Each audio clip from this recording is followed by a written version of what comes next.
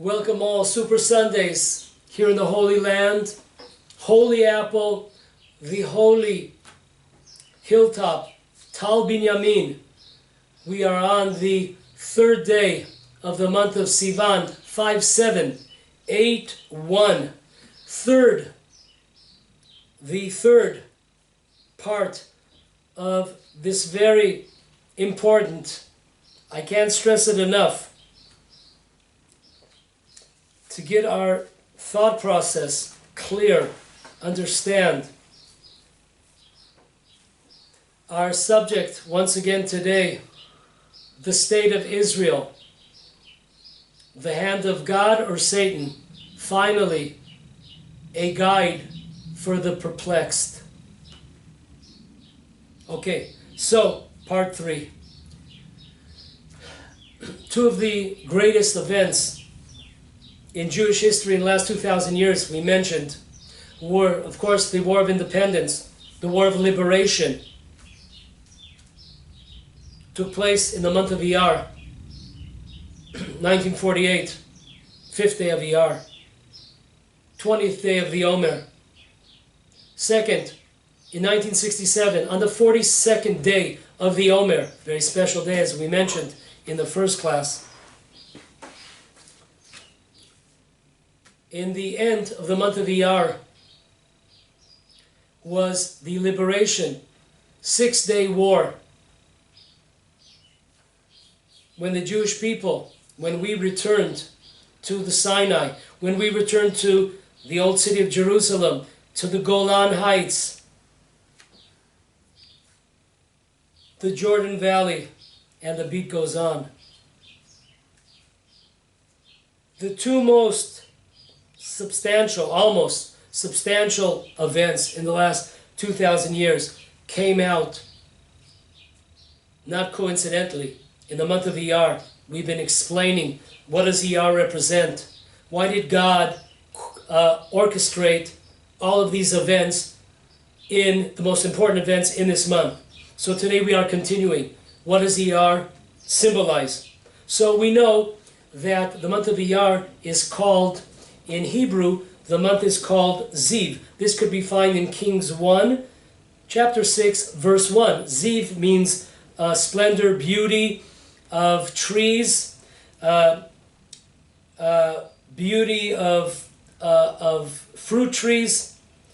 Where is this coming from? This is to be found in the tractate Rosh Hashanah, page 11, side A. Ziv, splendor, beauty of trees, of the fruit on the trees. According to the Jerusalem Talmud on Rosh Hashanah, page 6, side A, it tells us why is the month of Iyar called Ziv.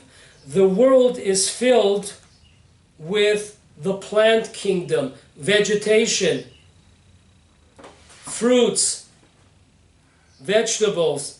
This is the time of the year. This is a beauty. This is a splendor. It's true that the process begins in Nisan, but that is only the beginning. Now it's in its entirety.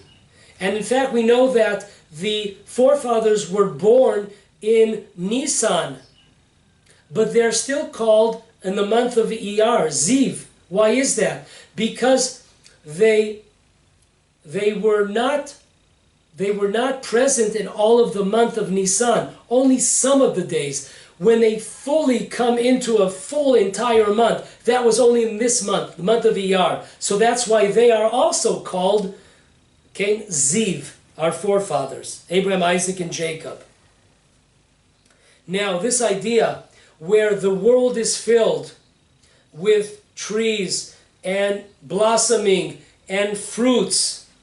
You look out today in the land of Israel, it's amazing, everything's green, you see the beginning of the dates, you see the beginning of the olives and the grapes. Everything is in full bloom here. Now this is also a Jewish law. We know that the month of Nisan, when a person sees a flower blossoming on a tree, which is the beginning of the process of fruit. Just the budding of, you see the flower budding. Then we say a special once a year blessing. However, what happens if a person did not make that blessing in the month of Nisan? Could he make it in this month?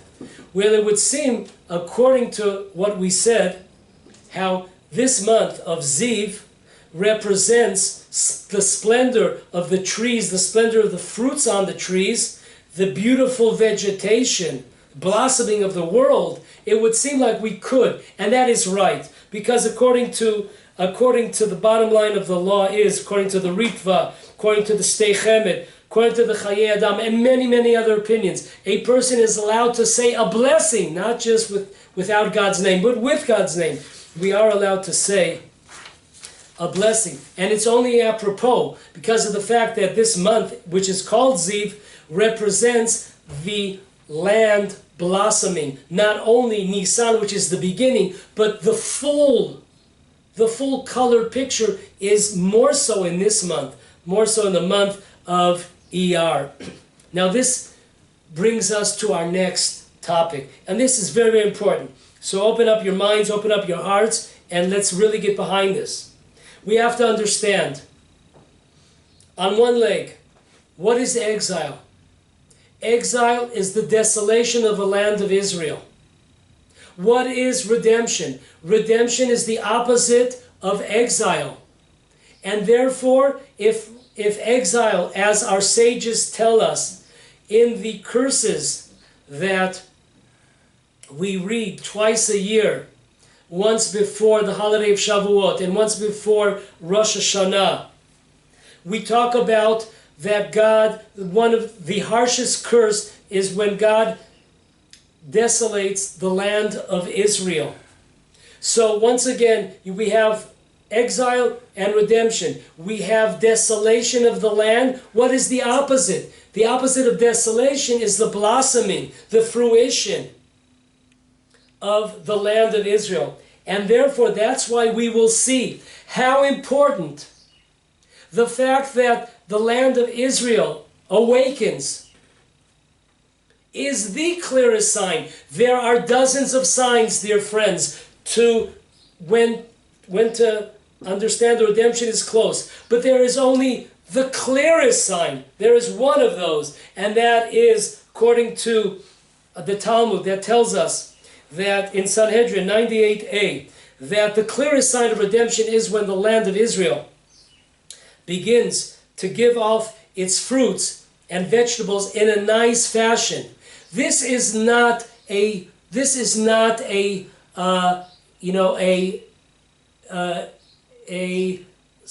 small side issue. This is the crux of the issue. When the land of Israel, when you see the land of Israel becoming an agricultural power in the world, not only in the region, but in the world, that is the clearest sign, because we said desolation represents exile, as the opposite of exile is redemption. The opposite of desolation is blossoming, fruition. So therefore, this is not a side, minute issue here. This is the whole ball game here. This is the whole deck.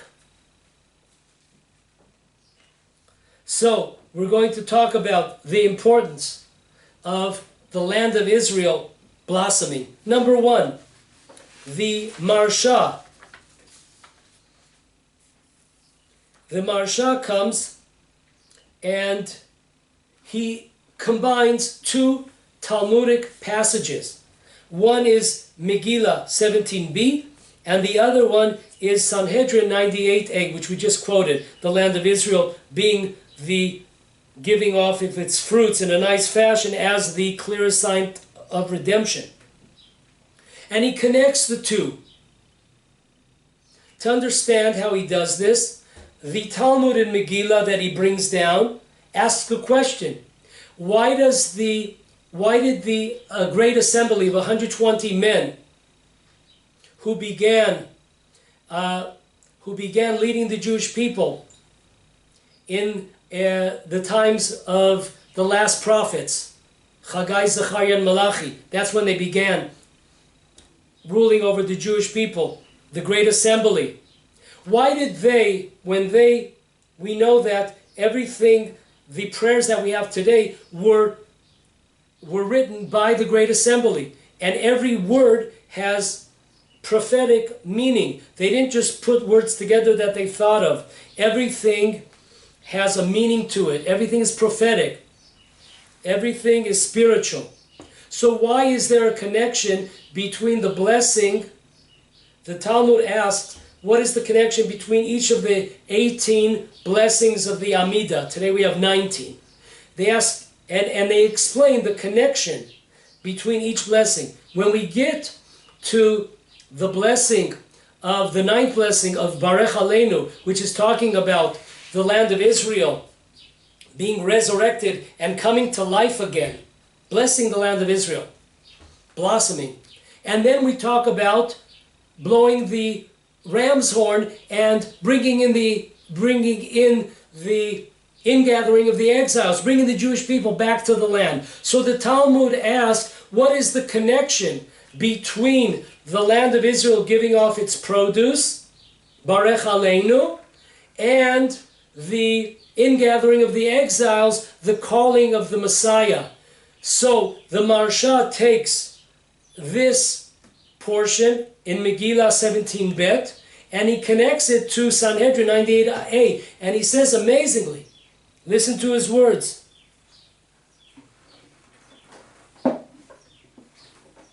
When Israel is not on its own land, the land does not give off its produce in a nice fashion. When the Jews return to Israel and the land begins to give off its produce in a beautiful fashion, there is no clearer sign of redemption. Folks, amazing. The Maharsha comes and he hits it out of the stadium. A grand slam for the Maharsha, a commentary on the Talmud. He connects these two.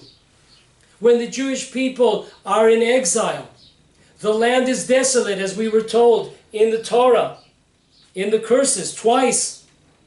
So when you see the Jewish people coming back, and when you see the Jewish land giving off its produce in a beautiful fashion, know that this is the clearest sign of redemption. So once again, it's not a minor side issue. It is the whole program. It is the whole game on the line here. And folks, this is really an amazing concept. When we read the words of Mark Twain, this is amazing. Mark Twain visited the land of Israel in 1867. Here's what he said in his book, The Innocents Abroad, published in London in 1881. Once again, it's a quote from 1867. When he came to the land of Israel, listen to what he has to say. Okay, we're talking about 150 years ago. Israel is a desolate country whose soil is rich enough, but is given over wholly to weeds. A silent, mournful expanse. The weeds are taking over. A desolation is here that not even imagination can grace with the pomp of life and action. We never saw a human being on the whole route. Can we get behind what Mark Twain is saying?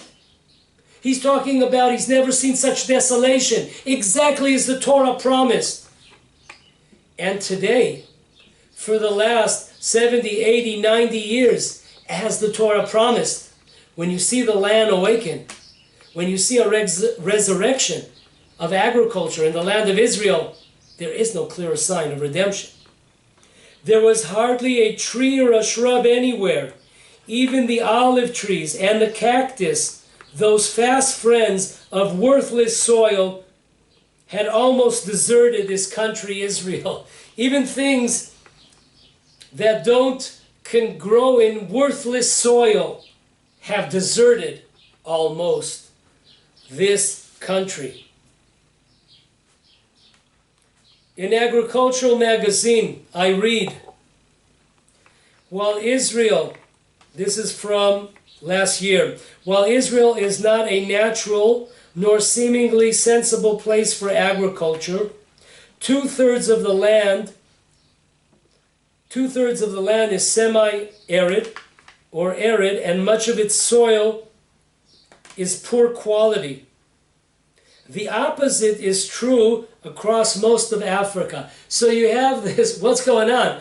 Israel, where it's not really good soil, and you have a boom, and you have Africa, which has very rich minerals and soils, who are not.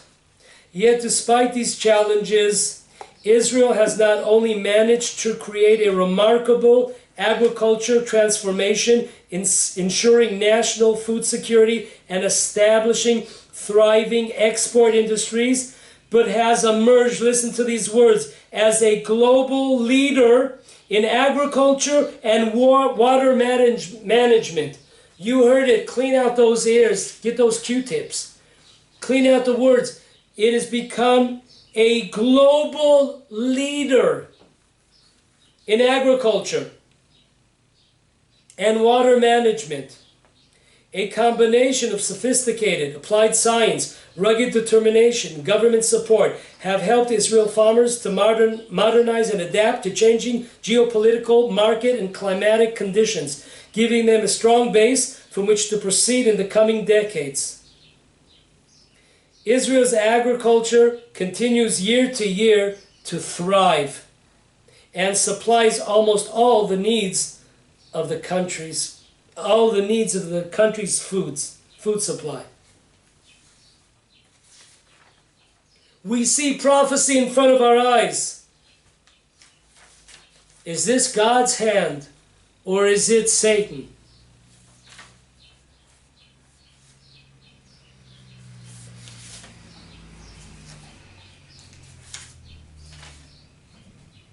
Let us move forward.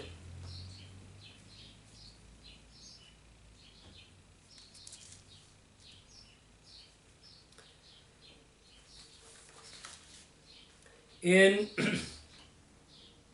Avram Azulai, Rabbi Avram Azulai, he's the grandfather of the Yehudah. He has in his mystical Kabbalist book called Chesed LeAvraham. It's in the third spring. It's in the 21st river, Mayan Shalosh Nahar Kaf Aleph. This idea is also brought down by another mystical rabbi named Rabbi Natan Shapira in his work Tuv Haaretz, The Greatness of the Land, on page 509. I guess he had a lot of good things to say about the land of Israel. Page 509. Well, he's really hitting that. What do they tell us? An amazing idea. Question arises, how come only the Jews of the desert were treated for 40 years to enjoy the manna bread? Why did it stop when they entered the land of Israel? So, Rabbi Avram Azulai and Rabbi Natan Shapira say the same idea. The fruits of the land of Israel have the same spiritual traits as the manna bread. That is an amazing idea. When you eat the fruits of the land, when you eat the produce of the land, it is not bringing us down in spirituality. It is doing the opposite. The same spiritual purification process that took place in the desert for 40 years when we ate that manna bread, that same spiritual benefit was transferred to the produce of the land of Israel. This, now we can understand why there are various Talmudic passages. For example, if we look at the tractate of Bava Batra, page 14, side A, or if we look at Brachot, Page 44, side A. We see there, Rabbi Yanai planted 400 vineyards. Say what? 400 vineyards. Why is that? All the commentators, the Ritva and the Rashba, they all say, what was the idea here? The idea was that they understood that eating an abundance amount of the fruit in the land of Israel was a spiritual journey. It uplifted us. It performed a transformation of us from materialistic to more spiritual beings. And in Brachot, as we said, we have Rabbi Yochanan and his students, and they were eating dozens and dozens and dozens of fruit in the land of Israel. What were these guys, porkers? Did they need Weight Watchers? Did they have to go on Weight Watchers? No. Why were they eating abundance of fruit? In the case of Rabbi Yochanan, they went to the area of Tiberias, the Sea of Galilee, and there they ate those fruits. Why? Because they understand, just like spinach to Popeye,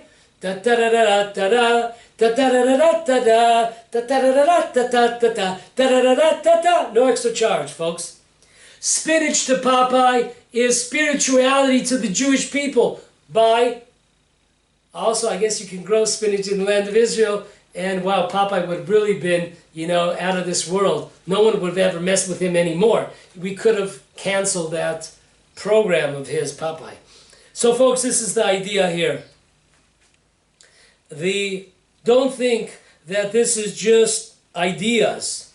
No, we see that the commentator, the Jewish law commentator, the Bach, Beit Chadash, in Code of Jewish Law, Orach Chaim, 208, he writes there the following: the holiness of the land of Israel comes from the holiness of the above spiritual worlds.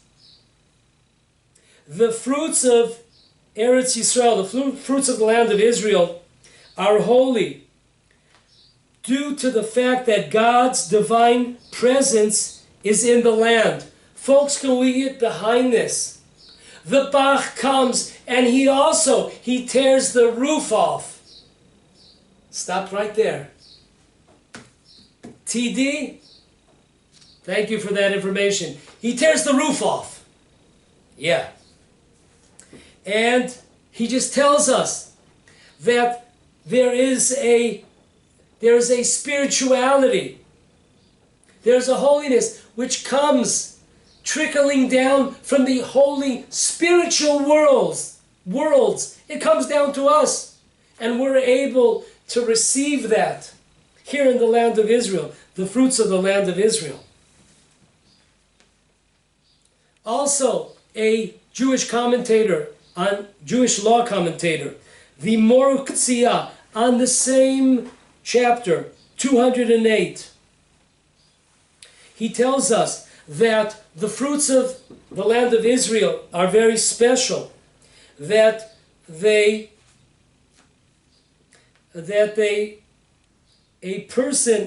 Jew that's living here receives additional strength and courage and a understanding, a mental understanding. So when you eat the fruits of the land of Israel, you are receiving tremendous strength and also mental strength.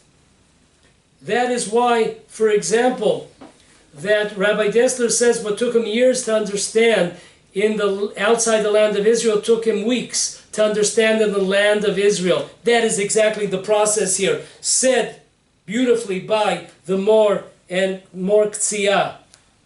Maybe they called him Mor because we want more of that Torah. The book Chaim V'Chesed, on page 484, he tells us an amazing idea here. The purpose of the manna bread was to purify the Jewish body and mind to understand Torah. In the land of Israel, this was unnecessary because the air of the land and the fruits provide the same benefits Folks, do we understand that? Don't be jealous. Oh, I wish I could eat that manna bread. You don't have to be jealous. Go outside, plant some trees. Be an Isaac. Remember we talked about Isaac. He dug 3 wells, and the nations fought tooth and nail against him. And they cemented his first, and then he went on and he dug another well. Takes a lot of time, and they too cemented it shut. And he didn't give up hope. He knew that the future land of Israel, they needed water, and he dug a 3rd well, and he called that well Rehovot, which means to spread out. And that is what when we say the grace after meals, we say in Nodelecha, Al Aretz Tova Urchava, a very spacious land. Because Isaac understands that when we expand the boundaries of the land of Israel, when more territories come under the auspices of the Jewish people, then this creates a situation of a Kiddush Hashem, a sanctification of God's name, and it brings down the divine presence. This is an idea that is brought down by the Gra in Aderet Eliyahu on the portion of Balak, chapter 24, verse 18. So we understand that the idea, Isaac calls this well to bring water in order that the land of Israel, to irrigate the land of Israel in order that it should produce this special spiritual, holy produce in the land of Israel. And the idea is the more territory, the more we spread out, the more there is divine presence in the land of Israel, and there is more a sanctification of God's name. The bigger the boundaries, the more holiness, the more sanctification God has, the more divine presence we experience here in the land of Israel.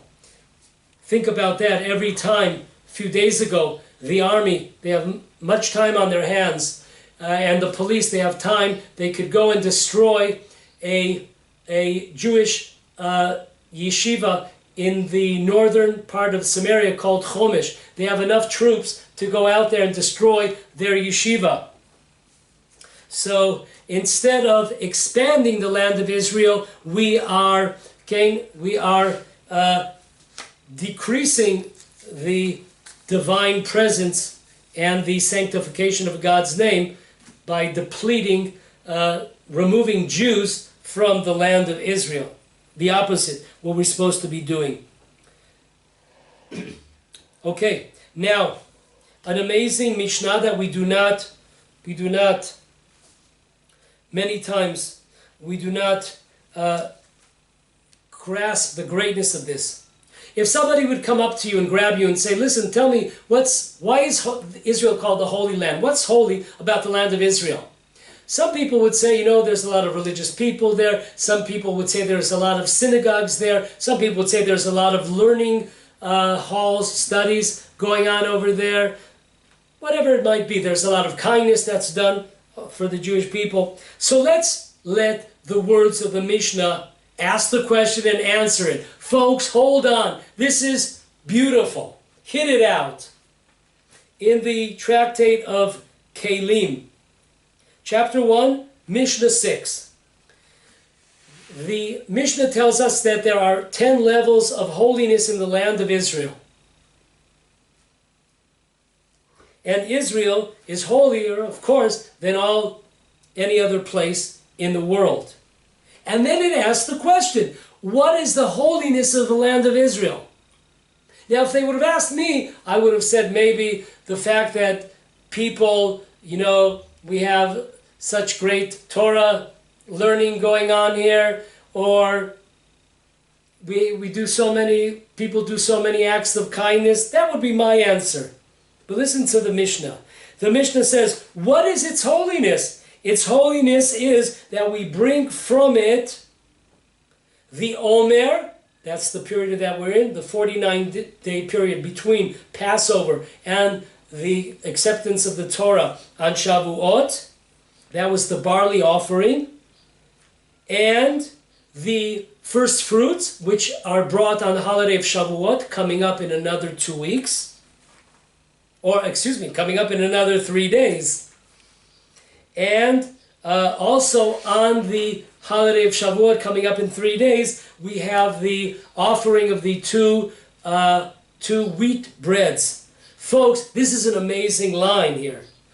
The Mishnah asks, what is the holiness? You know what the holiness of the land of Israel is?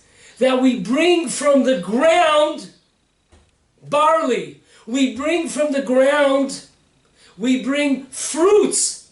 We bring from the ground wheat and turn it into bread. We turn it into bread. That is the holiness of the land of Israel. That is an amazing line.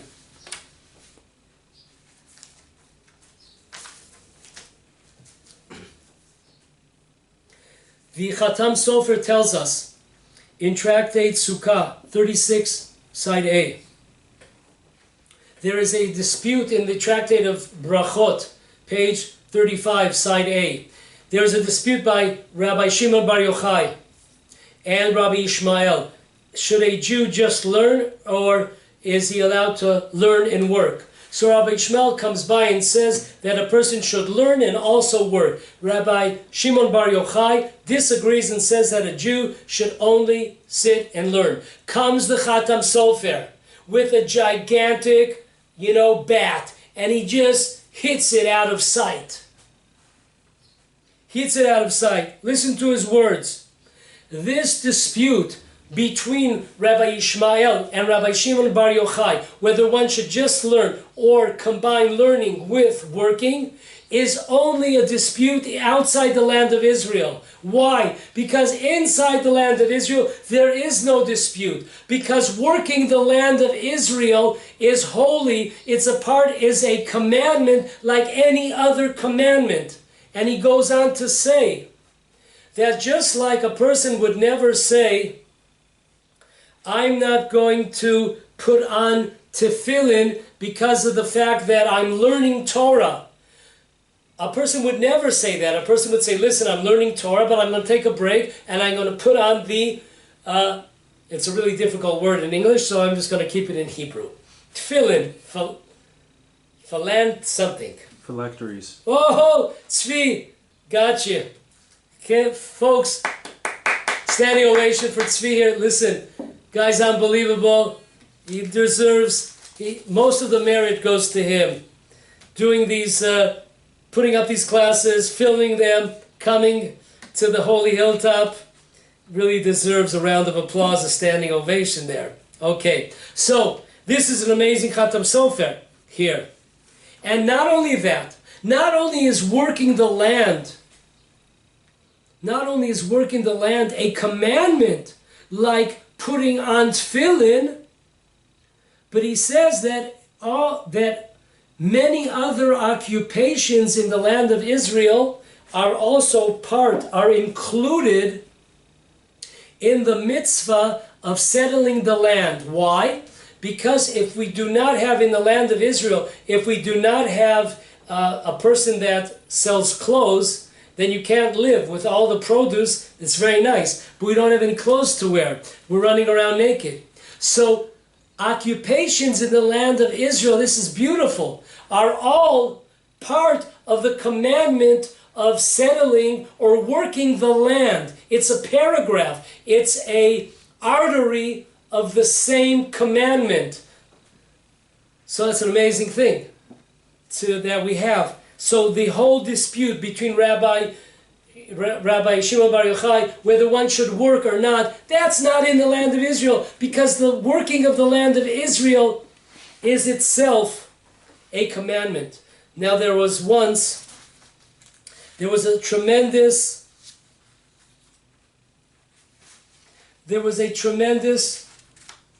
Torah scholar His name was Rabbi Yeshayao Shapira. He was a one in a million kind of guys. He was the son of a famous Rebbe, one of the famous Hasidic Rebbes in Poland. And he was going to be groomed. His father's name was Rabbi Elimelech of Grodinsk. And he was supposed to be groomed to be the next leader, the next Hasidic dynasty leader. This little Yeshayao Shapira. But his father died when he was at a young age, and his grandfather took him into the house, and he grew up by his grandfather. His grandfather himself took over as being the Rebbe of the Grodinsk community. And once again, this Yeshayao is not a little boy anymore. He's already a teenager. He's being groomed and cultivated to become the next Rebbe, the next dynasty Rebbe. He has it made in the shade for him. However, because of the fact that Yeshayao Shapira, he was instilled by his father and also grandfather with tremendous love of the land of Israel, he decided that instead of becoming the grand rabbi, he would instead go to the land of Israel. And of course, when did he arrive? Of course, in the month of Iyar, he arrived in the land of Israel. It goes without saying. And when he arrived, this was before World War I, before 1917, he met up with Rabbi Abraham Isaac Cook, who had a tremendous influence on this young Chassid.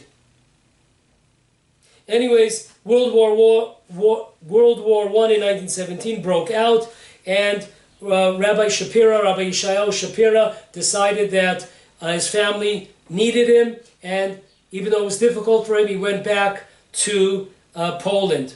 When he was there in Poland, he became active in the Mizrahi religious Zionist movement, and he went around many Hasidic communities all over Europe. And this was in 1917. He called upon, listen very closely to his words, he called upon all Orthodox Jews to sell their businesses, 1917 folks, and possessions, and go and live in the land of Israel. He became convinced that agriculture, sounds familiar, and farming, sounds familiar, were the surest way to reclaim the land of Israel and bring upon the redemption. Folks, he went around giving this message: sell your businesses, sell your possessions. There is no future. This was in 1917. Who listened to him? Oh, nobody told us. Nobody warned us. Majority true. Majority did not. But there was always a minority that did warn. Welcome, Rabbi Yeshayao Shapira. Anyways, Rabbi Shapira was born in 1891, passed away at a young age, 1945. In, of course, the land of Israel after World War I, he returned to the land of Israel, and this is really amazing. He was a big gun in the Mizrahi Zionist movement. They gave him so many, we'll call it political positions, if we want to use that kind of word. He was a big dealer and wheeler in the Mizrahi. He had so much responsibility and projects that he inspired and ran. Even so, he left it all. He left it all, and he said, I'm leaving all my political positions that I carry and my communal service that I give to the people of Israel, and instead I will, for the rest of my life, partake in something that I've wanted to do since day one, and that is to work the soil of the land of Israel. Do we hear these words? For 3 years in northern Israel, the Hasidic Rabbi, they called him the Pioneer Rebbe was his name. For 3 years, he worked the soil. Now this person was a tremendous Talmid Chacham, tremendous scholar. He could have been a dynasty, one of the tremendous Rebbes. But he chose to work the land of Israel for 3 years until he died in 1945. So we have to understand, when we're talking about working the land of Israel, this is not an ordinary job. This is a spiritual uplifting. This is the commandment, and this is the sign of redemption. Rabbi Yeshayao understood this. The pioneer Rebbe, he understood this, that to bring the redemption, we have to concentrate on expanding, building up, and the produce of the land of Israel. Stay tuned with us for the concluding part, God willing, part 4, next week. Don't change that channel.